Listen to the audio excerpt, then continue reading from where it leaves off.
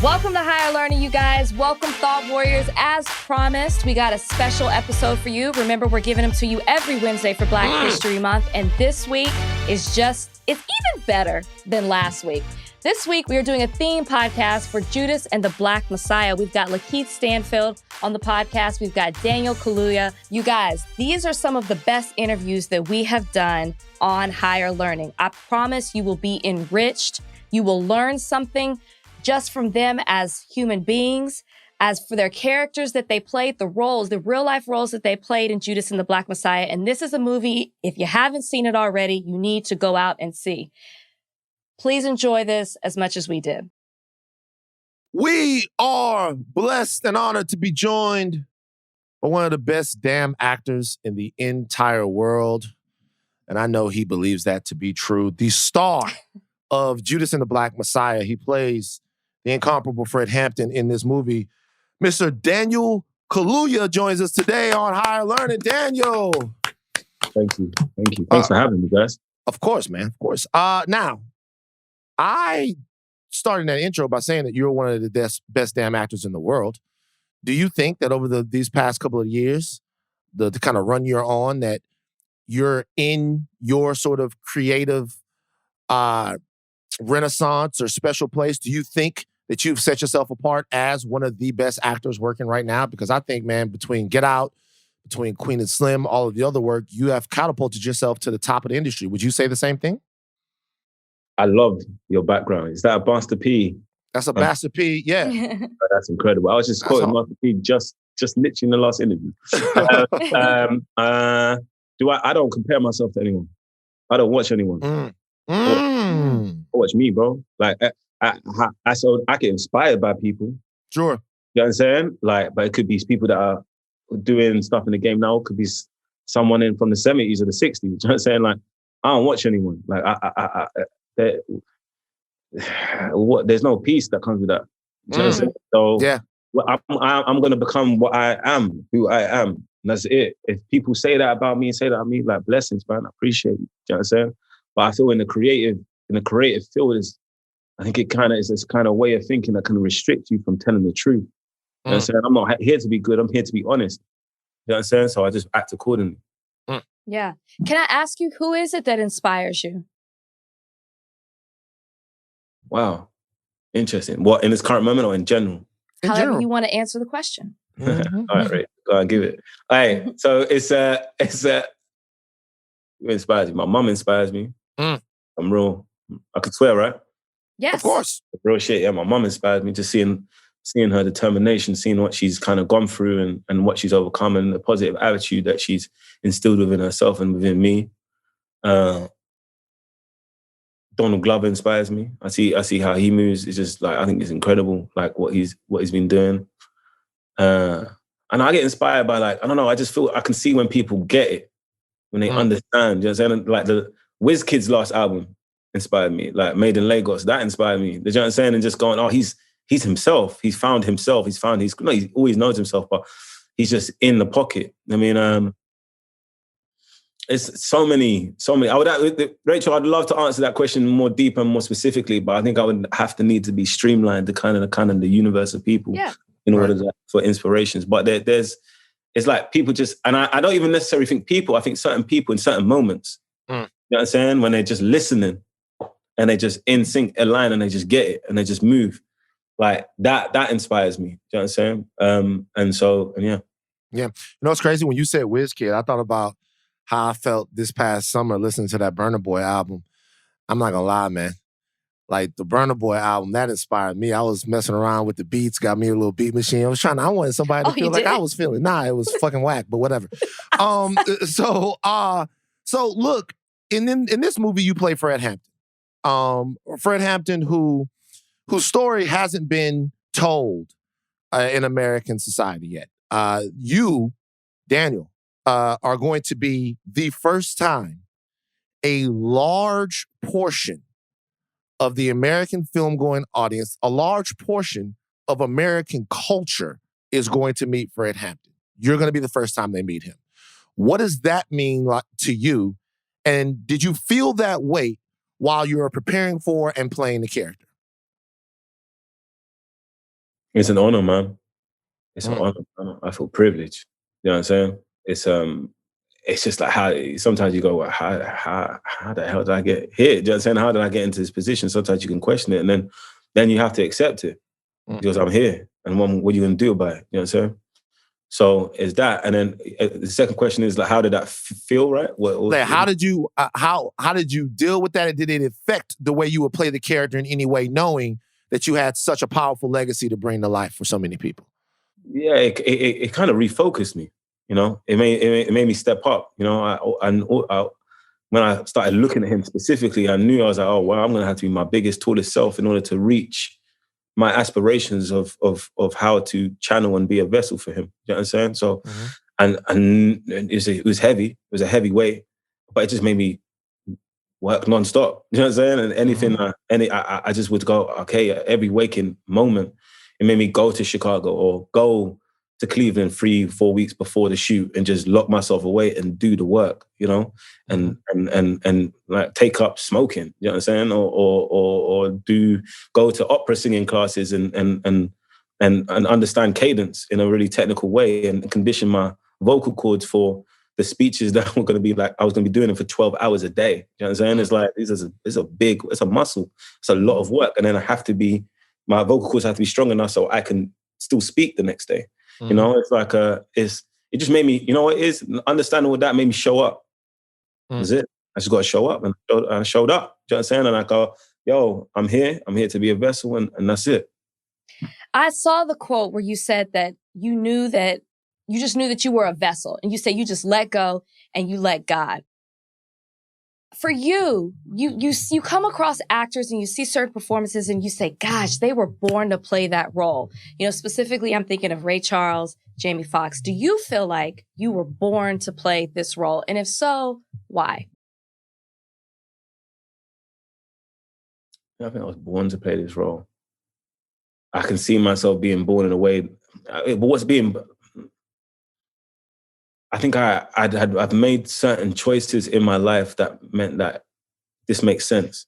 You know what I'm saying? I don't think I was you know, I was born in I get what you're saying. I was born in a very different circumstance. You know what I'm saying? It's kind of like it was a very different continent. I was in a very different tax bracket. You know what I'm saying? It was like I wasn't in a space where that opportunity would have arrived to me. You know what I'm saying? So I had to do a lot of work in order to get in a space where I'm like, oh wow, I'm here, you know? But I do understand that the things that I've done in my career, I did feel that on this job, thinking, oh, my whole career has been leading up to this moment. It's how I felt. Yeah. Now, you had talked a little bit before about feeling like maybe we talked a little bit too much about race. And you had said that you view yourself as a human, as Daniel, who happens to be Black. I wonder and a lot of people they took notice when you said that. I wonder if in any way playing Fred Hampton or immersing yourself into the Panthers or anything like that changed that perception at all, or in any way molded or shaped how you looked at the Black experience in America, to a degree. Did it change anything? I think what it is, Van, you could turn anything into anything if you take it out of context. Oh, okay, word. You know what I mean? And so the people where that went, it was the people that wrote that didn't sit down with me. They didn't meet me. In that conversation, I was saying, I actually said that. I love Black people. Why are you asking someone that loves Black people why people don't like Black people? Did that go viral, man? Did that go out there? Did they click that? It did not. Yeah. Of course it did not. No. Of course it didn't. So if I'm saying it, the sentiment of that point, and to be honest, I'll look up to myself and you know what is? It taught me the importance of articulation and the specificity of articulation. And sometimes you learn that in the field. You understand? It's not something that you can be taught. And so, but then what the sentiment of that is, Blackness and racism are not synonyms to me. It's not. You know what I'm saying? Yeah. So when white people are sitting me down and asking me, yo, how can I figure out this racism stuff? Why are you asking me?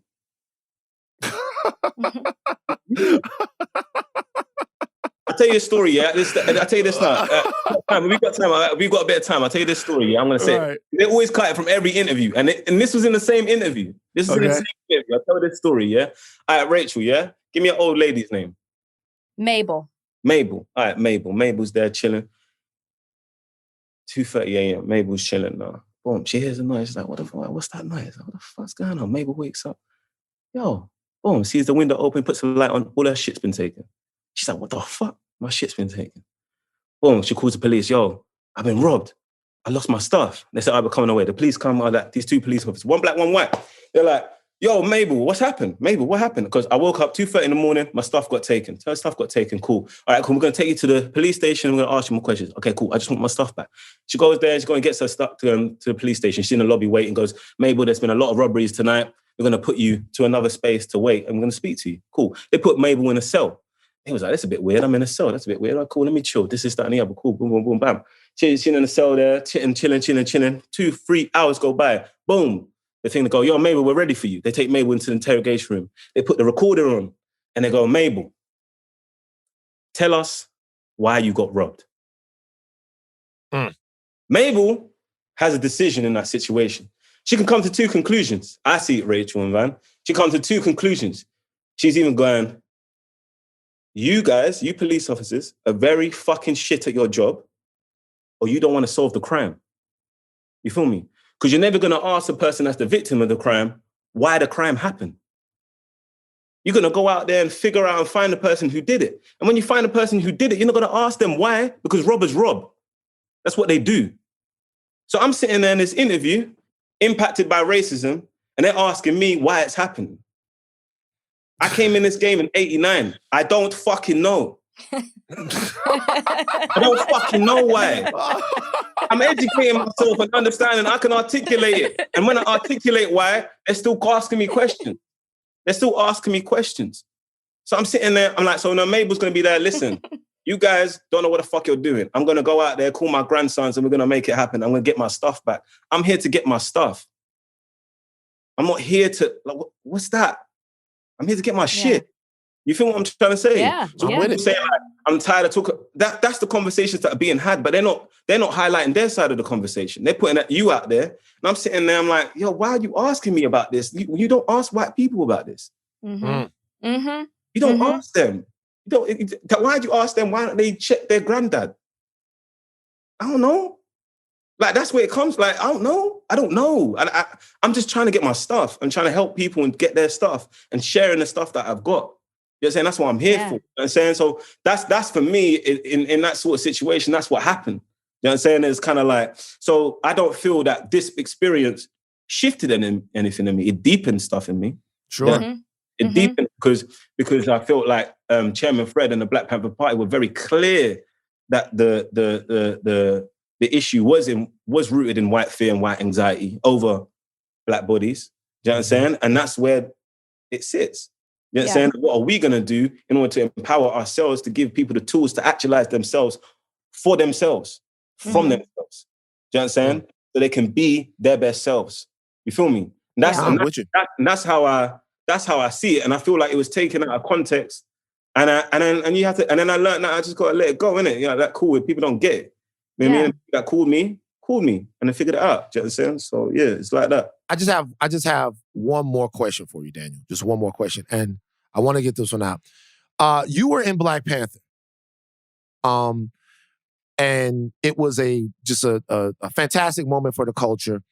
Unfortunately, more than unfortunately, tragically, we lost our brother. We lost our brother, Chadwick Boseman. The strength and the bravery that he showed in playing that part and giving that art to us when he was going through so much otherworldly. Can't say enough about him. There's a debate right now about how the Black Panther franchise moves forward, whether or not they recast the role as somebody else, or whether or not they change the mantle of Black Panther and make somebody else a Black Panther, Shuri, or even Killmonger or someone like that. And it's, people are divided based upon how they feel about Chadwick Boseman. Do you think that the story of T'Challa should continue and that the role of Black Panther could and should be recast? Or do you think that T'Challa should probably be gone now that we can't have Chadwick back?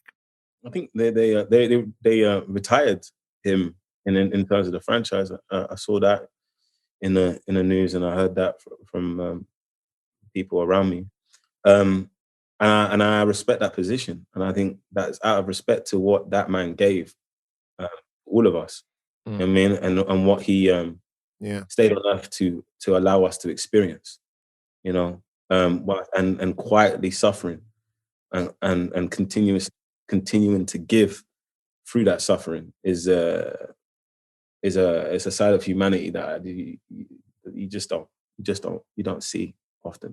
Do you know what I'm saying? So for me, like, it's important. The importance for me is not the Black Panther legacy. The importance is the legacy of Chadwick Boseman, because that's a human being and the spirit that's real. You feel me? And so how can we honor that? You know what I'm saying? Black Panther is going to do what Black Panther does. You know what I mean? But that's a man, you know what I mean, that lived for us. He did it for us. He did it for our nephews, our nieces, our kids. You know what I mean? Absolutely. It's our duty to honor that man. You know what I'm saying? The way he honored us. First class interview, my brother. Yes, thank you so much. I appreciate you, man. Before you go, I want to tell everybody that's hearing my voice right now, the Judas and the Black Messiah is one of the best films that you will ever see in your life. And the guy we are talking to right now is a major reason why. I'm glad you were here. Glad you were able to do it, brother. Glad you had the time, bro. And congrats on the nominations, too. Congrats for them. So much for your time. Thanks for having me, man. All right. Peace, bro. Bye. All right. This is a huge moment for us. I'll tell you why. 2 reasons. Number one, we have one of the finest actors living on planet Earth right now, really any planet, joining us, but also from a movie that I've had the pleasure of seeing, the pleasure of being on the advisory board for the movie. And I don't have the adjectives. It is simply some of the finest work I've seen in ages. Name of the movie is Judas and the Black Messiah. The name of the actor is Lakeith Stanfield. He is absolutely brilliant in this movie. The film is an amazing portrayal of the life and unfortunately the death of Chairman Fred Hampton of the Illinois Black Panther Party.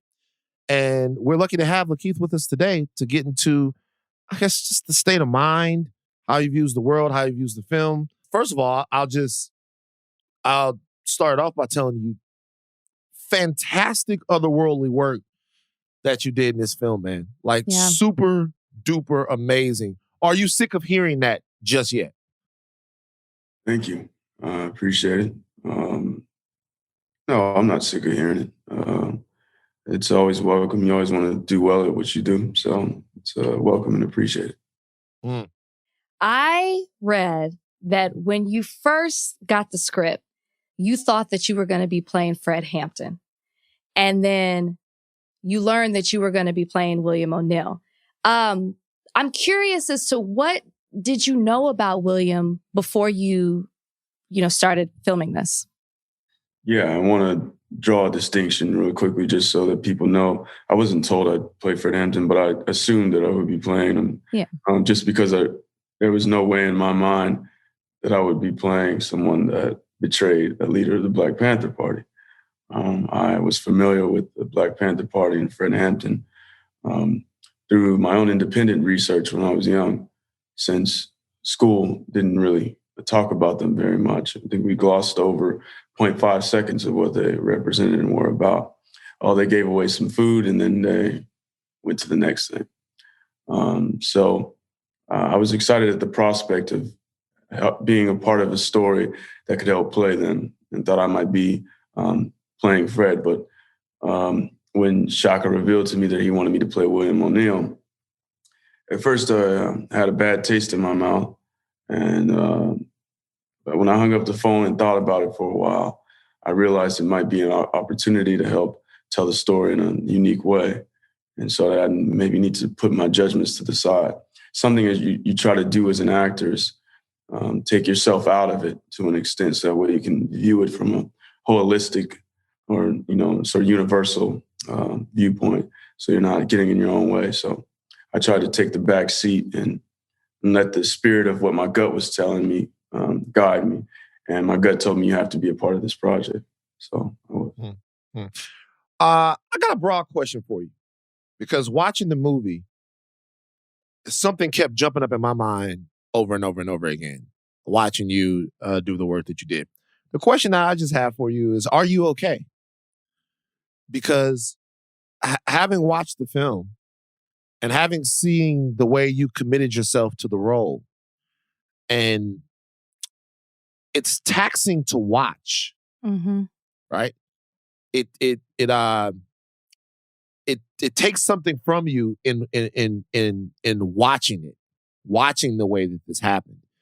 And I'd have to imagine it was difficult to be in that mind space for such a long time. Are you doing okay? Are things okay for you right now? Like, how was it going to that place and then coming back? I consider myself in search of contentment on a perpetual basis and trying to find some sort of balance in everything. I think it's often overlooked what the implications like on your mental, what some of the roles that we choose as actors have. And it seems like something that just seems like a funny thing in my mind, at least it was, until I had actually done this role. It was challenging every day to have to deal with the conflict. And because we care so much about the story we were telling and we're close to the material, we wanted to make sure we did it right. So for me, playing someone like William O'Neill, there was a delicate balance. I wanted to try and find the maniacal traitor in him. And I also wanted to try and find the young child who was attempting to just survive in him, which I think a lot of us are. In fact, I think more of us are William O'Neill-esque than Fred Hampton-esque. I wanted to be fair and play him in a fair way. And it was quite challenging with my own morals and things that I felt. So there would be days on set where I was going through it, having existential crises and having to run out of this trailer and get a moment to myself and try to gather myself and be reassured and breathing that I was doing the right thing. Every day is a new step in trying to become centered, and that is not even accounting for all the things that happen in personal life. But I do realize, coming out of this, how valuable it might be for one to engage in some sort of therapy with someone. And anyone that's going through something, I would definitely stress that is a good option for you. Yeah, I feel like as viewers, when you're watching this, it humanizes O'Neill. And when you finish the film, you're left wondering, what would you do if you were in that situation? We do see him torn, and he's a very complex character. I'm curious, after playing him, did you feel sympathetic towards him? I felt a lot of things. I felt anger, sadness, and just the tragedy of it all.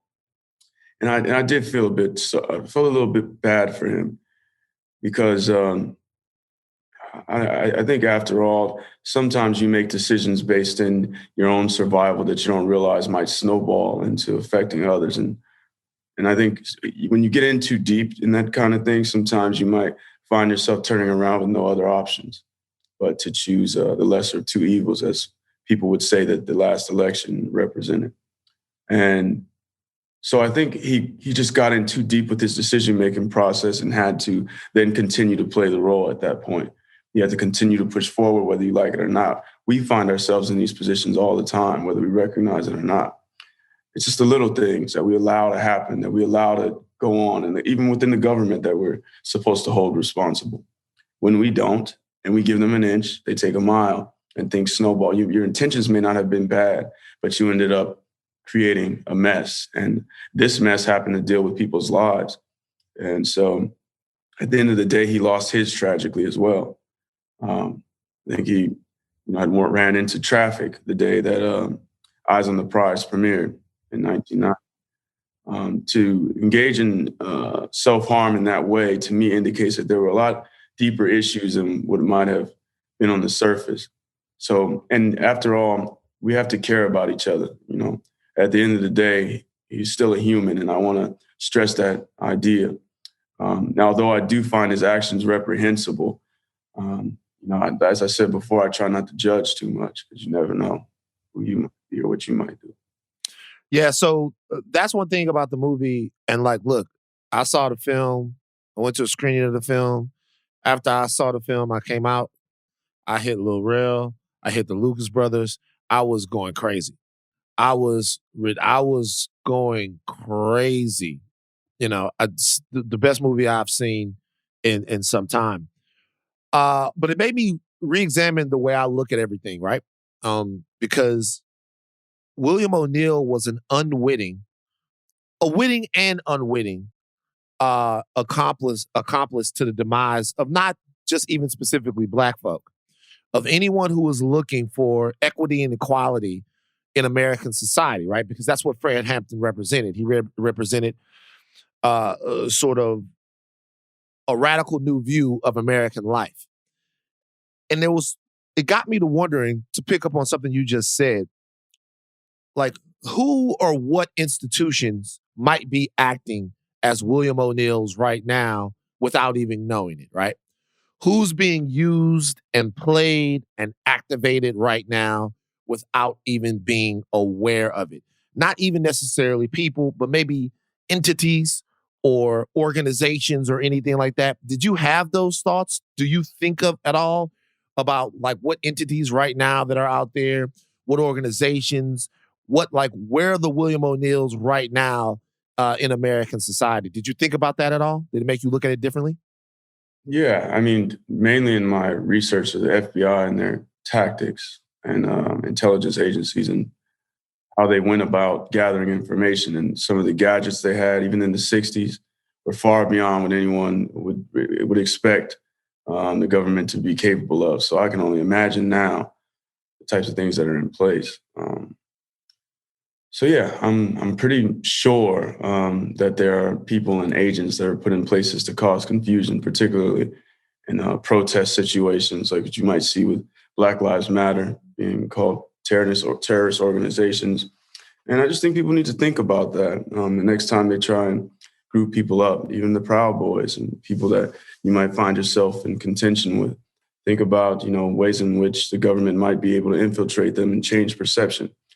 After all, intelligence is everything in those communities. And so controlling perception is important. So if I can get you to believe people are a certain way, which is really easy to do now in the space and place where we find ourselves sensitive to labels and grouping of people, you just got to be careful and engage in critical thinking skills and be able to do your own research. But for sure, the government has not stopped. And it's not just the government, but many different entities have put they're full-fledged with it. They have been for years. So, we just got to open up our awarenesses and be able to hold people accountable that we allow to have jurisdiction over our lives. The movie is so timely and so relevant to what we're seeing right now happen in our country. For people watching this movie or that are going to watch this movie, what do you want them to take away from this film? I hope people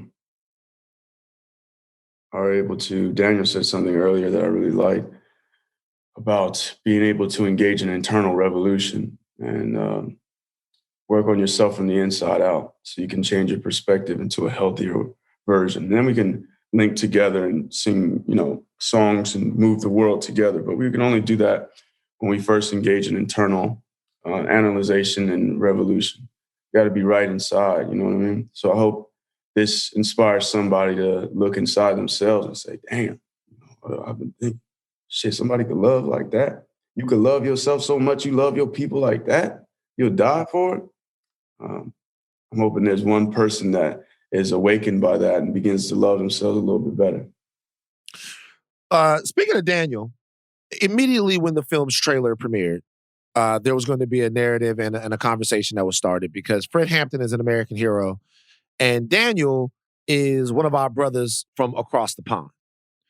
Do you think the criticism of Daniel or Kingsley Ben-Adir or Cynthia Erivo or any Black Brits or people that are not from here playing Black American heroes, and people who have a problem with that, do you think that criticism is fair? I wouldn't be careful to cast a blanket statement in terms of that, my criticizing of that criticism. Okay. Because there are so many different versions of what people believe. Mm-hmm. Some people, believe there's just a multitude of things that could be listed, but I do hear and consider seriously understand the concerns that Black Americans might have with a British person playing and taking an American hero, taking on and interpreting an American hero in a role, and why that might be an issue for them. That makes perfect sense to me. I have to say my personal opinion is artistry involves, especially when it comes to acting, interpretations. And interpretations then are performed, and they either yield the value in the story or they don't. And that's not contingent upon necessarily the nationality of the person that's playing. I don't think because he's British, he shouldn't be able to play an American hero. I think because he's British, he should take proper care to respect the history and be able to include that in the performance and give a good performance, which I feel he did. I understand people's grievances and understand why they might be upset. I'd say you have to watch the movie and see this portrayal matches up or not with what you like. And because after all, what we're doing is a dramatization. I'm not William O'Neill. He's not Fred Hampton. And we're not these people that we're playing. We're actors that are interpreting. And if you come from somewhere else and you may be able to get the juice and love and life of what we're attempting to portray, then I think that's all that matters to me. I'm curious, how involved was Fred Hampton's family with the film? And if they were involved, did that add a level of difficulty for you in being able to play this role in the film? They were involved heavily. Chairman Fred Hampton Jr. was on set every single day. So was Mama Akun, who was known as Deborah Johnson at the time, on set every day. And it just made me feel like safer, because it made me feel like we were in the hands of people whose lives were directly and are directly affected by the events that took place in the story we're trying to tell.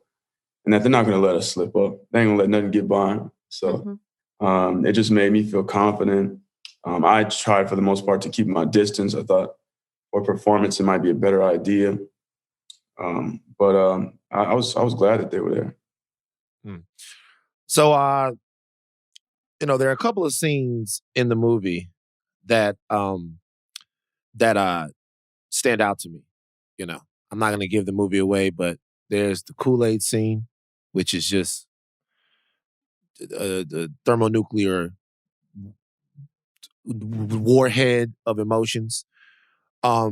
There's just a whole bunch of things that William's character goes through that stand out to me. But I think particularly the scene that is going to really jar a lot of people is the actual death of Fred Hampton in the movie, which is particularly brutal. Mm-hmm. It's particularly brutal, and so much so that, full disclosure, in some of the advisory council meetings, I actually brought that up. That one was a tough one to watch. I completely lost it. Just totally lost it. There is some talk right now about how much trauma Black people, in particularly, should be consuming and watching in their art and things of that nature. Where do you stand on that? A lot of the stories of in Black American history aren't going to be particularly sunny. There are, of course, more stories we're going to tell that are sunny and beautiful and life-affirming. Do you have any thoughts on how much trauma we're actually watching on the screen? I haven't really thought a lot about it. I'd say try and gauge as best you can how mentally you're prepared to take on certain stories. I mean, I'd say do your diligence and maybe research an historical event like this. And, I think the history of it was very violent and sure. just like actually, in my opinion, worse than what we're showing here in the drama. Since the real thing was, imagine being in that room and the trauma that it might draw up. But people may be sensitive to this kind of thing, and so I think it's important to maybe check up the history of these kinds of things. See if you're into watching it, because I don't think that everyone should be watching a bunch of violence and seeing things that are harmful to them if those things are harmful to your mental state. That's the most important thing. So you do got to take care of yourself.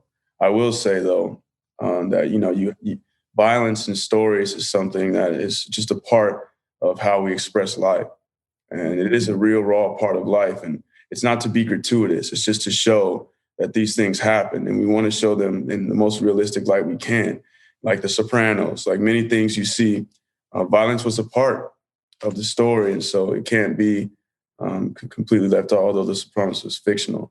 This is just an example of the mobster life was very violent, and so is war.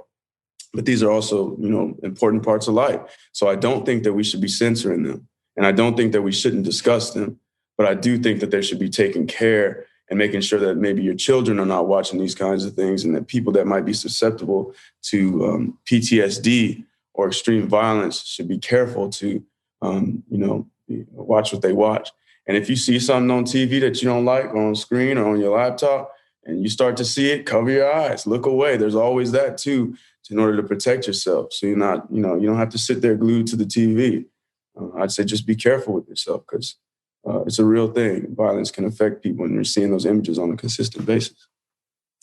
There's at the end of the movie, without not giving anything away, but we do see William O'Neill talking in the Eyes on the Prize 2, I believe is what the documentary is. And he's asked a question, and I'm paraphrasing here, but his response is more of, he's speaking in regards to how he's going to be remembered. And he says, well, I hope history will speak for me, or speaks for itself. And I'm paraphrasing that. I just found that so interesting, because one, I knew of Fred Hampton. I did not know of William O'Neill. And you play him in this film. What do you think history is saying about William O'Neill?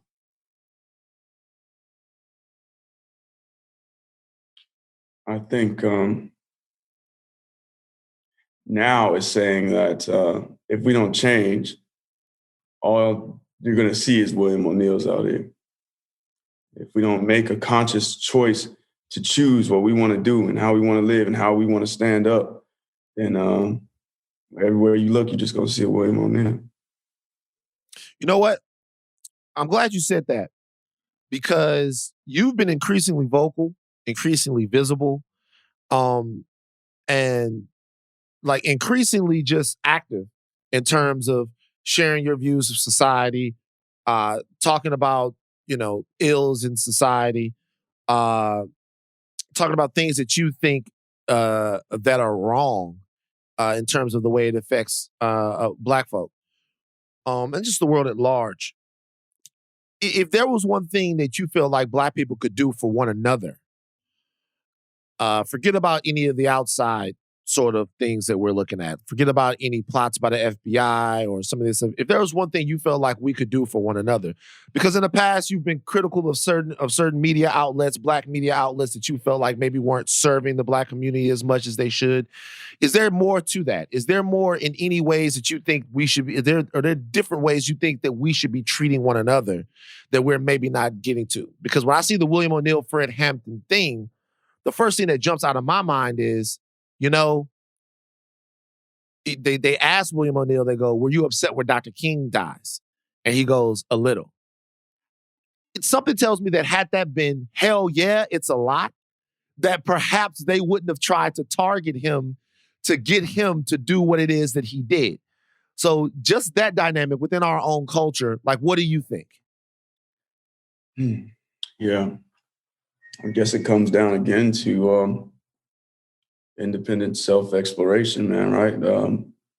Comes down to us having to search and find and unveil the truths in ourselves. I mean, it really takes just being silent with yourself and, allowing for that space.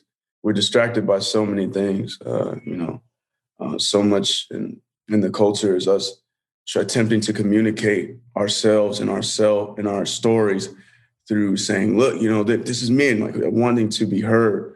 But I think if we sit back and able to listen a little bit, we can remember that we're human. And we're not this idea that people have created these labels of things, and we ain't niggas and blah, blah, blah, blah, and all these things, and black man and black woman and strong and blah, blah, blah, blah, blah, all this bullshit. We are humans.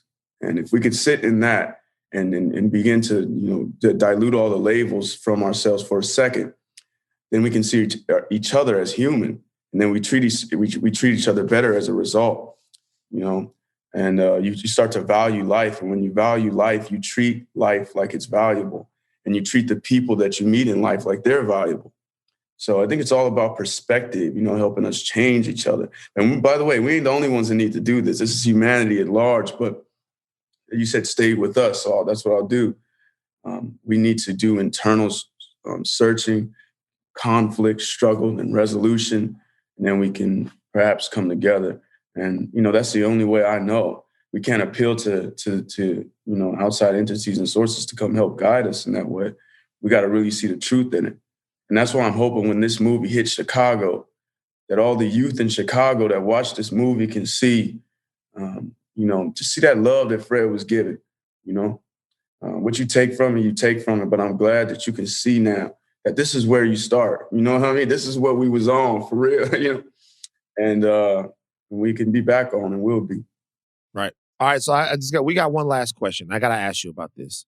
So you were trending on Twitter not too long ago. Did you know why you were trending, Lakeith? I was trending so many times, I forgot. I'm so popping. I'm so popping. You were trending because, you're very active on Clubhouse. And so you were in the moan room on Clubhouse. Yeah. What was the moan room experience like for you? And did you think that it would be as big of a deal that you were in the moan room as it ended up being? You actually made the moan room pop for a second there. My experience with social media has always been interesting because I never know that things will blow up in the way they will, because most of the times things seem so trivial to me. Right. But I signed up on the app, and it was a really interesting, fun, cool app. And it addicts you right away because you're able to communicate in a new way. Yeah. And so there were top rooms at the top of the queue. And as you go down, the rooms get lower. And one of the first rooms I saw was the moan room. So I go into the moan room and I realize that this is a bunch of guys who are moaning in the room. I just said, this is the funniest. That was exactly my reaction. This is the funniest I've ever seen. It's great. I gotta get in on this. So what I do is I go on Google and I type in male moan, and on YouTube a video pops up that has a guy moaning. And then so I listen to the moan. I was like, no, that one doesn't sound right. So I go to another one. I'm like, nah, that's not good enough either. I go to another one. I'm like, oh, maybe I can trick him with this one. So then I go into the room and I try to sound as soft as I can, like the moan guy in the video sound. So that way, when I play the moan, it sounds seamless. So I went in there and I'm playing this. As you know, I'm playing a character. I'm essentially doing what I do, which is perform. So I go in there and I'm like, all right, you guys ready? For a $300 cash prize, by the way, which I actually won, but I don't want no damn $300 cash. But I go in there and I set the tone, and I play the moan. And to me, it was hilarious. I leave out of the room. I was like, and then all of a sudden, someone screen grabbed it, put it on Twitter, and now I'm trending. I was like, wow, this is crazy. But it's a fun time. Lakeith, I don't think that there's something that Senator Palpatine says to Anakin Skywalker at the end of Phantom Menace. This is how nerdy I am. He goes, I shall watch your career with great interest. And the reason why he said that to Anakin, because he knew Anakin was a powerful Jedi and he wanted to take over the universe with him. But that is not why I'm saying this.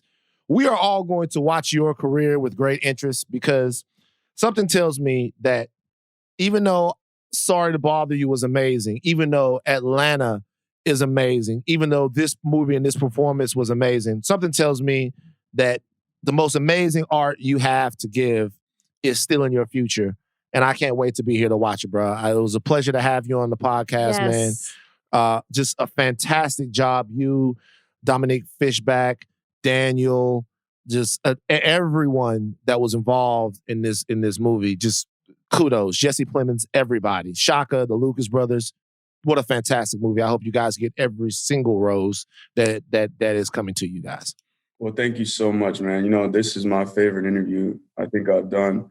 And there are two reasons why. I mean, I really love the heart, and I can tell you're a genuine guy, and you're a genuine woman as well. And thank you so much for just talking across to me and not up or down, and saying just beautiful things and asking questions in a unique way. These things can get really tiresome. And also, you brought up the Moan Room, and that's the most thing that's done.